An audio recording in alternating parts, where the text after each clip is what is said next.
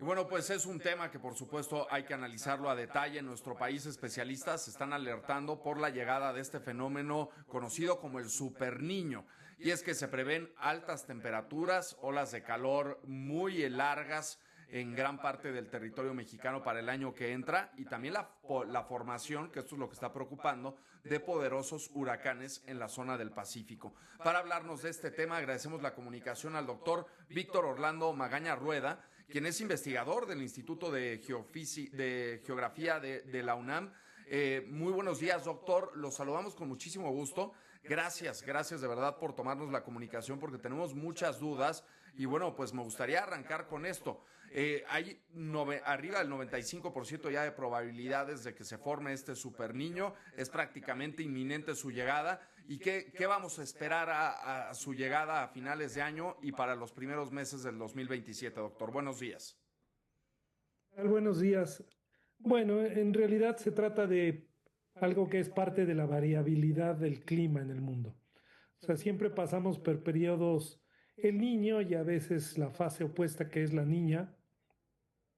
Hemos vivido en el pasado eventos el niño muy intensos, la niña muy intensas y con esa variabilidad vamos a tener que vivir mucho tiempo. Ahora, el problema es cuando uno crea instituciones y crea un sistema de desarrollo que es frágil ante esta variabilidad climática. Lo que presenta, por ejemplo, en la nota sobre Honduras, pues muestra que no es una sociedad que está preparada ante la variabilidad climática, a pesar de que esto ha sucedido en el pasado con impactos muy negativos.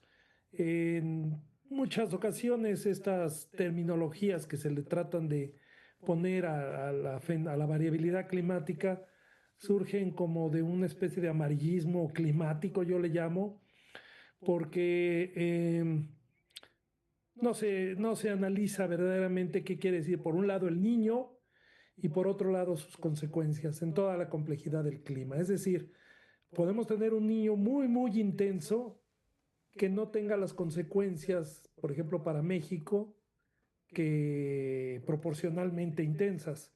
O podemos tener un niño que no sea tan intenso que sin embargo se refleje en condiciones anómalas severas para el clima de México. Entonces, lo más interesante de todo esto, creo yo, es no solo estar observando el niño, sino estar observando los pronósticos climáticos estacionales que combinan no solo el niño, sino otros factores que pueden determinar cómo va a ser el clima en los próximos meses para México y para la región, porque lo hacen bastante bien los modelos y creo que eso podría servir para prepararse, aunque uno debiera estar preparado desde hace mucho.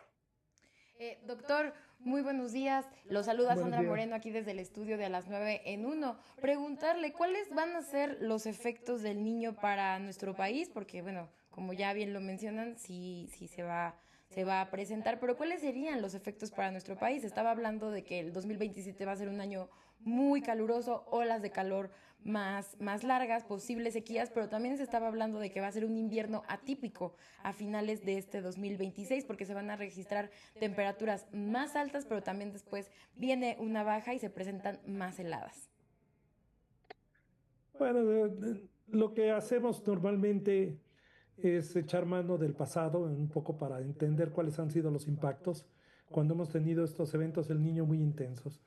La experiencia, en primer lugar, muestra que cuando ocurre el niño en verano, como está sucediendo ahora, tiende a llover menos en el sur de México, en Centroamérica, como ya se está manifestando, y en el Caribe, mientras que tiende a llover un poco más en la parte norte.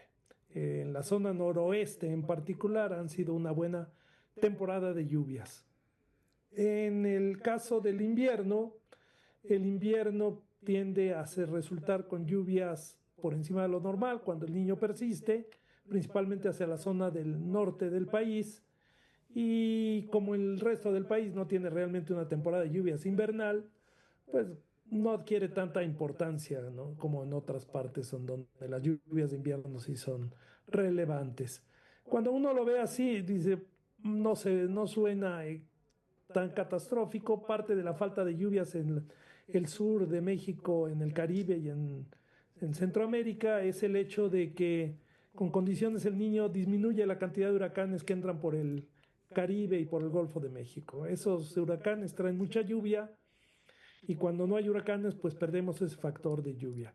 En la parte del Pacífico, esos superhuracanes de los que se habla mucho, etcétera, en realidad no existe una relación científicamente probada de que el Niño genere mucho más huracanes y mucho más intensos, ¿no? Es algo que ha surgido como para complementar la historia, pero no tenemos claro ese factor.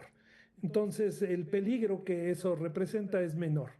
Ahora, cuando pensamos en lo que viene para el año que entra, uno ya empieza a entrar en áreas de gran incertidumbre, porque no sabe cómo va a evolucionar todo el clima, tiene más incertidumbre, pero de persistir un niño intenso, podríamos pensar que tendríamos una primavera en la parte centro-sur relativamente seca, siempre son secas, y calurosa, que siempre han sido ahora recientemente muy calurosas, y entonces tendría uno que estar preparado para diferentes consecuencias, como puede ser incendios forestales, por ejemplo. Los incendios forestales no son consecuencia del clima, nada es consecuencia directa del clima, todo tiene que ver con qué tan preparados o qué tan mal preparados estemos para enfrentar la variabilidad climática. Entonces, cuando cuentan las historias de que el niño es el culpable de todo, se cae en un error, y ese error es culpar a la naturaleza de nuestros males. En realidad, la naturaleza siempre ha presentado variaciones con muchas lluvias, pocas lluvias, mucho calor, menos calor. Lo que no hemos hecho nosotros es construir sociedades que estén preparadas para ir llevando esas variaciones. Entonces, hay que tener cuidado, creo yo, cuando se enuncian los encabezados que están en las noticias de que el superniño va a causar la hambruna peor de este mundo y de este siglo y etcétera, sino que es más bien sistemas que hemos construido que no se han preparado para entender esa parte de variabilidad climática. Entonces, bueno, doctor, para ir entendiendo todo lo que está comentando, para el invierno, entonces, si llegara a haber mayor lluvia, mayor humedad, digamos, en la zona norte del territorio mexicano, ¿esto provocaría más tormentas invernales en esas regiones? Podría ser, eso es una de las probabilidades. Cuando uno ve los pronósticos climáticos, lo que indican para el invierno es que el norte podría tener más lluvias de lo que normalmente tiene. Uno debe reconocer que en general en este país no llueve en los inviernos, en lo que nosotros llamamos el invierno, pero si hay un poquito más de humedad es bienvenida, sobre todo en esos estados que son bastante áridos, sobre todo para la parte de recuperar niveles en las presas, que son el sustento para la agricultura, y entonces todo eso no serían tan malas noticias, ¿no? Estamos hablando desde una perspectiva muy de México. Ahora, lo que hay que separar un poco es que la sequía, que es lo que a veces a muchos preocupa, puede ser el resultado del niño o puede ser resultado de otros factores, ¿no?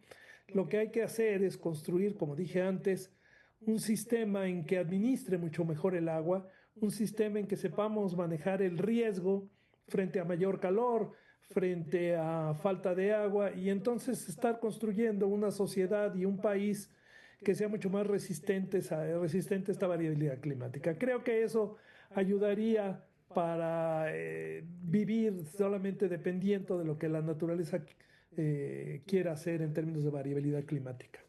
Pues muy bien, doctor, vamos a estar muy pendientes. Le agradecemos muchísimo su comentario, su análisis sobre esta situación.